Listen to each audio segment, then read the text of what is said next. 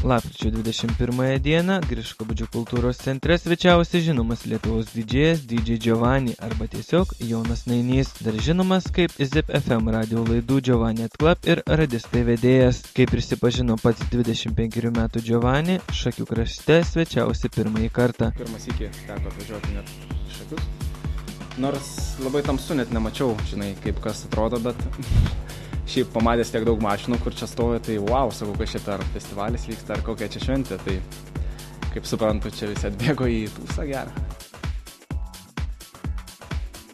Iš tiesų, tą vakarą buvo tikrai geras tūsas. Stogą raunančią klubinę naktį kodiniu pavadinimu B-Stylish pradėjo svečiai iš Šiaulių DJ Janik ir DJ Dusty. Kol publika šėlo su renginį pradėjusiais DJ'ais, mes kartu su DJ Giovanni kalbamės apie klubinį gyvenimą, jo karjerą, meilę ir kitus pikantiškus dalykus.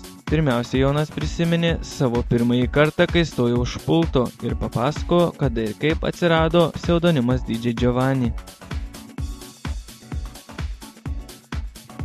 Kaip stojau už pulto pirmą kartą, tai buvo 8 klasė, bet čia tokie mokyklos reikalai buvo, mokyklos diskotekos, o tas profesionalus stojimas, prisimenu tą pirmąjį savo tokį rimtesnį pasirodymą, tai jaudinaus, taip buvo rankos. Ir į pultą ir taip pat. Giovanni atsirado 2006 metais kaip toks žmogus, bet kaip didžėjus, kaip renginių kažkoks gal šiek tiek organizatorius ir kuris grojantis klubuose, tai gal 2006 metų pabaigoje.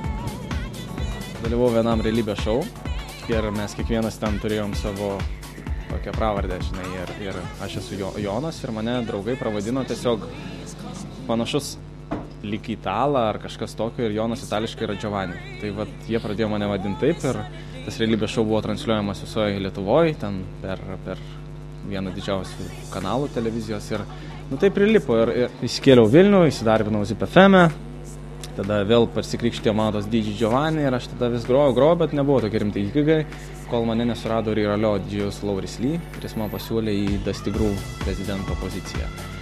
Va ten vėlgi pakilo mano šiek tiek kartelė, kad tik profesionalesnis dar lygis ir jau rimti labai renginiai ir tiek su Ryralio didžėjais grojau, tiek Dusty Groove. Ten tai irgi prieš metus man buvo labai baisu ir nesuvokiama, kaip aš galiu groti. Bet praėjo metai ir dabar jau kažkaip ramiau.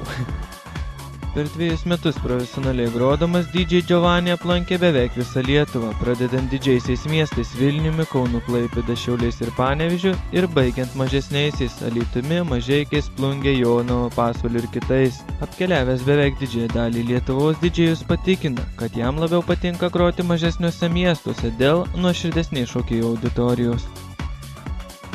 Man iš tiesų tokiose vietose, provincijose labiau gal net patinka groti iš tos pusės, ne iš techninės, ne iš taip, kaip atrodo viskas, bet iš žmonių, kurie yra paprastesni ir jie tokie nuoširdesni negu Vilniui, tarkim. Kaune gal šiek tiek kitaip, bet Vilniui tai labai sunku padaryti gerą vakarėlį ir kad chebra šeltų. Tikrai labai sunku.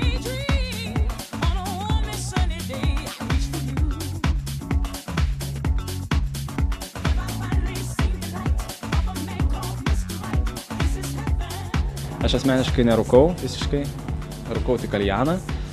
Alkoholis užima tikrai didelę dalį kiekvienam turbūt žmogui. Aš nesakau, kad jaunimas ar dar nepilnamečiai turėtų į tai atsakyti tuo pačiu.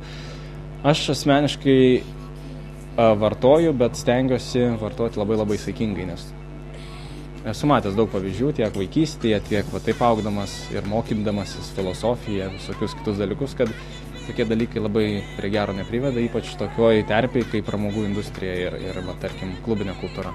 Aišku, apie klubinę kultūrą turbūt reikėtų daugiau išsiplėsti apie narkotikus, nes alkoholis tai yra tik tai, atrodo, lašas jūroje palyginus tai, ką gali kiti dalykai kaip narkotikai. Tai aš visus tos dalykus labai vertinu kritiškai, bet aišku, apie narkotikus nekalbu, bet apie alkoholį tai kokteilį, vieną kitą vakare, kai nevairuoji, kai esi su gera kompanija, tai kodėlgi ne.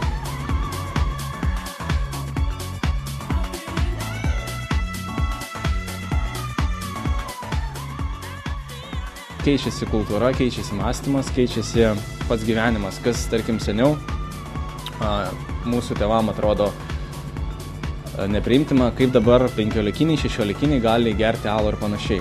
Bet tai yra visiškai suprantama, kai informacija, didžiulė informacija ir vartojimo ta visa struktūra yra prieinama 100-keriopai geriau negu tuo laiku, kai jie gyveno.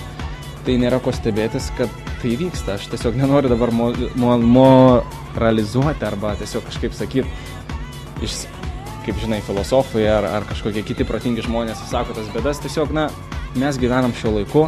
Kultūra keičiasi mūsų įpročiai, keičiasi mūsų visi tie gyvenimo taisyklės ir taip yra. Tai aišku, reikia bausti, reikia auklėti ir panašiai, bet nuo to tikrai nepabėgsi, aš manau. Tiesiog reikėtų gal kalbėti apie tai viešai ir sakyti, kad tai yra blogai. Nežinau, tai negerk jauną žmogau.